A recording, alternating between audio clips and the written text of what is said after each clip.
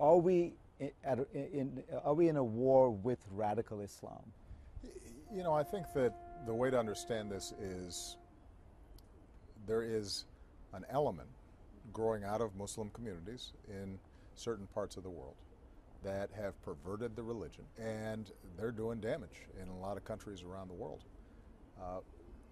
But it is absolutely true that I reject a notion that somehow that creates a religious war, because the overwhelming majority of Muslims reject that interpretation of Islam. They don't even recognize it.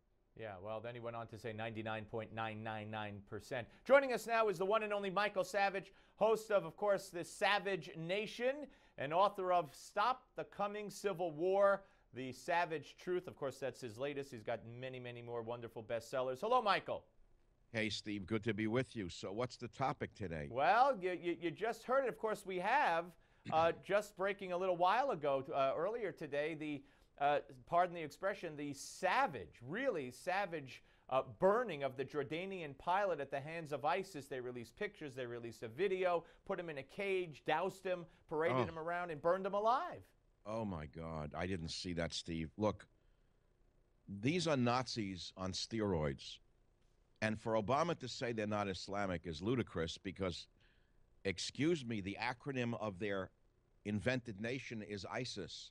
The first letter standing for Islamic State. Didn't say Buddhist state. It didn't say Jewish state. It didn't say Christian state. It's not BISIS. It's not JISIS. It's ISIS for a reason. They are interpreting their religion from the strict teachings of Muhammad. And they're conquering the Middle East the way their ancestors conquered in the 6th century, by burning, killing, raping, murdering, burying alive. In other words, through terror. This is nothing new. This is what's been done from the beginning of this religion. This is how they masterminded the takeover of so much of the world. Not through the love of Christianity, not love thy neighbor as thyself, but kill thy neighbor. What should we say, Steve? Anything else? Now, why is Obama not calling them Muslim? That was my next question to you. Well, I understand his liberal fears. This is the university mentality, which is don't call Germans Nazis during the 1930s because you're liable to get Germans mad. See? Of course not all Germans were Nazis, correct? But they took over Germany and it was essentially a Nazi state, wasn't it? Absolutely. All right, so these people are more or less taking over the religion. So what should we do? How come the French, which are run by a socialist, dares call it Islamic terrorism? How come the liberal so-called Prime Minister of England calls it Islamic terrorism, but not Mr. Hussein Obama? And the answer is in his name. I'm sorry. His father was Muslim. His adopted father was Muslim, and by patrilineal descent, which is the Muslim belief, he is Muslim by definition. I don't know, did he convert to Christianity? So in other words, he's not a terrorist sympathizer, but he's soft on Islam in general. He's afraid of saying what's obvious to the whole world. And this is the problem. If you can't define your enemy, how can you defeat your enemy? Everybody understands this. Yeah, go ahead. Steve, go on. This was on the interview with that shady character, Fareed Zakaria, on CNN, who was basically as part of the government stooge brigade. And then it got even worse, Steve. He asked Obama, why aren't you meeting with Netanyahu? Did you hear that sound clip? Absolutely. Yep.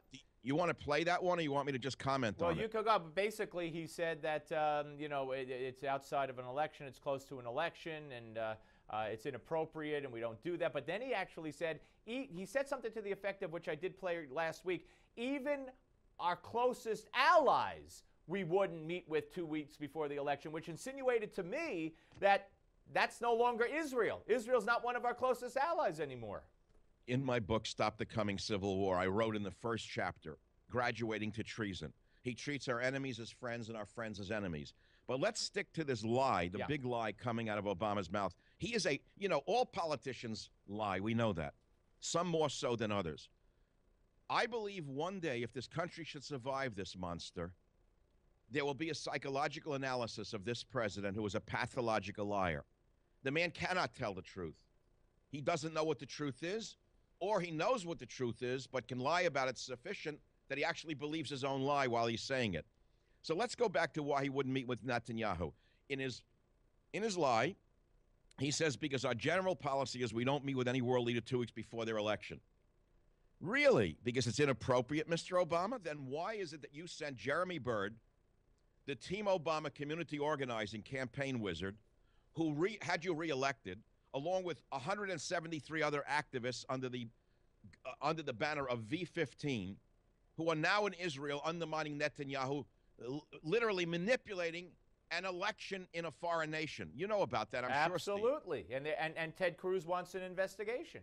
Investigation? Well, I had a better solution for the Israelis. And here's the solution, that if Golda Meir was there, you know what they would do?